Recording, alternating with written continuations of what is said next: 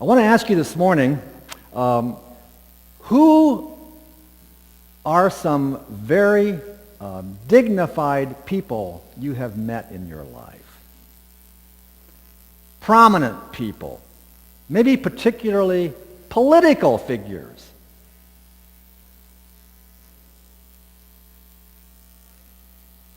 I can imagine we have here a whole who's who list of those kind of folks, right? Or not? Do you have someone in mind, some of you, who you did meet? How did it make you feel? What did you notice about yourself in the presence of this person? How did you respond? How did you act? Did you get all gibberishy, trying to talk to the person, or what happened? I was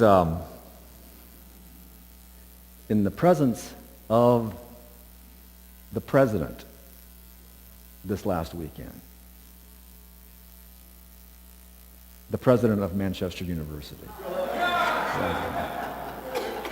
And so were Walt and Mary Lee, but there's still something about the president that's kind of, you kind of act a little differently. And by the way, on Saturday evening,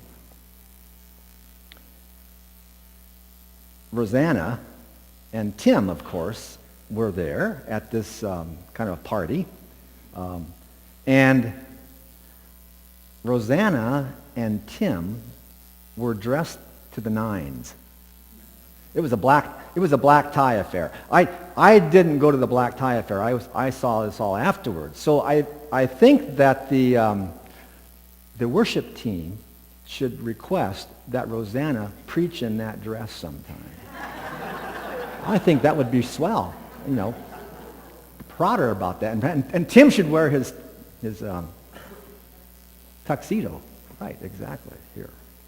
Anyway, today is considered to be Christ the King. We're celebrating Christ the King Sunday. Actually, Christ the King Sunday is the last Sunday before Advent. But we're kind of compressing it into this Sunday, along with that whole chapter 25 of Matthew, because Matthew 25, as one person has noted, is the church of the brethren come alive. It's what we are about, is Matthew 25. Angie mentioned that she really looks forward to Advent because it's a time of preparation and rest and quiet amid all the busyness and the bustle out there. But Christ the King Sunday points to another coming of Christ, and that is at the end of time.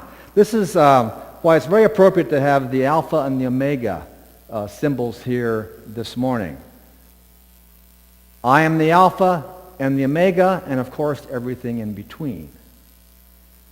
This day we look to the future, look forward to that coming of Christ. And in Matthew 25, we see there three expressions of that. We didn't read that whole scripture today, but Matthew 25, 1 through 13 is the story of the 10 bridesmaids who are waiting for the bridegroom, and they have their lamps lit, and some of them are wise, some are foolish, some don't keep their lamps trimmed, and so when the bridegroom finally comes, they aren't ready. So that's it's a lesson to the church of Matthew's time, that because Christ hadn't come yet to bring all things to consummation, and so they were waiting. But the message of that parable is to wait with a spirit of readiness. You never know the hour or the time of the coming, so be prepared. I did meet the President of the United States once upon a time. The year was 1967. I was doing what some of you have done. I was a guinea pig at the National Institutes of Health. There was a Mennonite and Brethren voluntary service unit at the National Institutes of Health. I was doing a study on pernicious anemia. I remember that. Anyway, my study was kind of cushy. They rested me up for a month, did the study for 5 days, and then let me rest for the rest of the time there. So I had time to do stuff. One day I learned that the President of the United States, Lyndon Johnson, was coming to NIH. And so we all gathered there around the green kind of courtyard for the helicopter to fly in. And Lyndon Johnson exited the helicopter and walked inside NIH. But that wasn't my only meeting that day with President Lyndon Johnson, because I was just a 21-year-old dumb kid, and I was friends with a 21-year-old dumb Brethren kid. Never forget him. Denny Noe was his name, N-O-E, last name. We decided we would just, on a lark, shoot up the back stairwell. This is a big hospital. It's huge. The chances of running into Lyndon Johnson were minuscule. But when we just picked the floor, up the stairwell, out this door, came out, bounced out of this kind of a stairwell door. There, turning the corner, was Lyndon Johnson. He was closer to me than you are, Cal, today. We were just kind of stunned, and you can imagine the Secret Service people were too. I imagine today I might have been shot. But we realized what was happening. We bolted and turned the other way and ran down the stairs. They said, "Stop, stop!" But then they must have realized there's a couple of dumb kids in the hospital. The point was, I was not prepared to meet the president in that setting. It can happen any time that Christ comes. Are we ready? The second parable in that series, that kind of a trilogy of parables, is about the talents. You know the story. The master goes away. He entrusts all of his property to his 3 servants. And what do? The first one takes that property and does something good with it. The second one does too. The third one did what? They just buried it in the ground. To me, that is a parable of, if the first parable is a question of when Christ is coming, the second one is, how are you going to respond to his coming? What kind of imagination have we got to share what we have been given? It's all gift. How are we going to spend ourselves? Are we going to risk the love that we have or not? That's what that second parable, I believe, is about. When I was I was Mennonite, working in a Brethren mission school in Nigeria, I had we had a bunch of Muslim students in this school. And one of them, I never forget the guy, his name was Ibrahim G. He was all full of himself. And on one occasion, I wrote a satirical piece for the school paper. It was during this time of year where the Muslims have their fast called Ramadan. Ramadan, the month of it can shift, but at that time it was this time of year. Anyway, I wrote a satirical piece kind of poking fun at this one Muslim kid for his just kind of hypocrisy in his fast. I didn't do it. I didn't think I did it unkindly. But within a week, I was called before the Muslim authorities in this little village next to our school because they thought I was poking fun of the Muslim faith. And some of you might know Tim McFadden's former, or his aunt by marriage, Barbara. Some of you might know Barbara McFadden, who later became Barbara Royer. She married Ralph Royer. Ralph Royer was my superintendent in the school. And so when I got called before the authorities, Ralph went with me because he knew the Bora tribal language, and he tried to explain to the authorities what satire was in the Bora language. What was my best response at that point? Sit down, shut up. No excuses. Don't say anything. Ralph said, I'll take care of it. And they kind of let me off the hook. But I had not really spent myself very well at that time with that particular student. There was no real place for satire at that time. I blew it. I learned from it, hopefully. Well, the third parable is the one that was read to us today by Sandy. And that is the very familiar one about at the end of time, the Son of Man, which is kind of an honorific title, but it also points to the fact that this Son of Man was a human who is now the judge over all humanity. And he separated the people like a shepherd or a herder would separate the sheep from the goats. And you know the story. The issue of the story was neither one of them knew what they were doing. Neither one of them could get it at first. Well, when did I feed you when you were hungry? When did I give you a drink? It's when you did it to the least of these, my brothers, my sisters, part of my family, that you did it to me. I had a privilege of being a pastor in Michigan, where the lieutenant governor of the state of Michigan was a member. And this lieutenant governor was raised a Brethren and just stayed with the church at that time. And eventually, though, he ran for the governorship. If you know your political history, there was a gal named Jennifer Granholm who was the governor of Michigan. My friend, Brother Dick, ran against her and was defeated. And after that time, he kind of moved on from the church.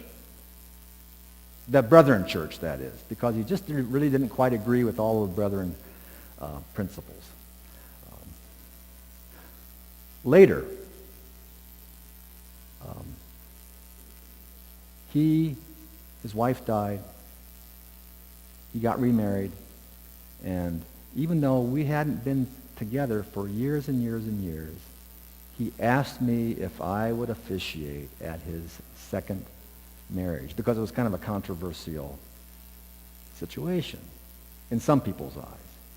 And so that was how I was able to love Dick at that point. But what I wanted to say about this is, Dick had a daughter who I was privileged again to officiate at her wedding. And I learned this right before I left Michigan.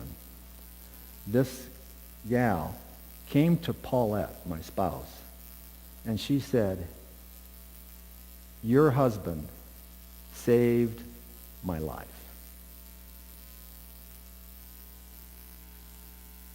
All I had done was this and this and this. I had no idea the the need that she had at that point. I just was being dug at that point. The point is, we never know when just being yourself is the exactly right and good and best thing to do. I ask you today, Christ the King Sunday, if you knew Christ is coming here today, how would you be? How would you prepare yourselves? How would you relate to this Christ? How would your imagination be in knowing how to relate to him? And thirdly, would you recognize him? Are you ready? Are you responsible?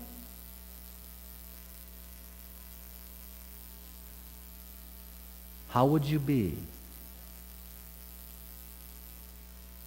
Do you believe Christ is already here in our midst today?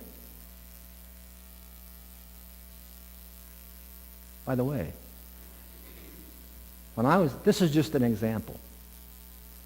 When I was at Camp Mac on Tuesday of this week, Christ showed up. Now, Sandy, she's shaking her head. Doug, she's saying, please don't say it. Sandy showed up. Now, how do I know? I mean, she's just one of you. She's just a common, ordinary gal. She showed up to do what at Camp Mac? What? To be of service. Exactly. That's how you recognize Christ. Look for the servants. That's where Christ is. Now, we can do it literally, welcoming the strangers. I mean, like last Thursday, we got a call from someone saying, hey, I got a guy who needs a place to stay. I know you got some space. Could you keep him? Sure. Although I said we're going to be negligent hosts because we have inauguration stuff to go to, and we won't be around Saturday morning, but he's welcome to stay. We'll open the house up. He can just be there. Complete stranger to us.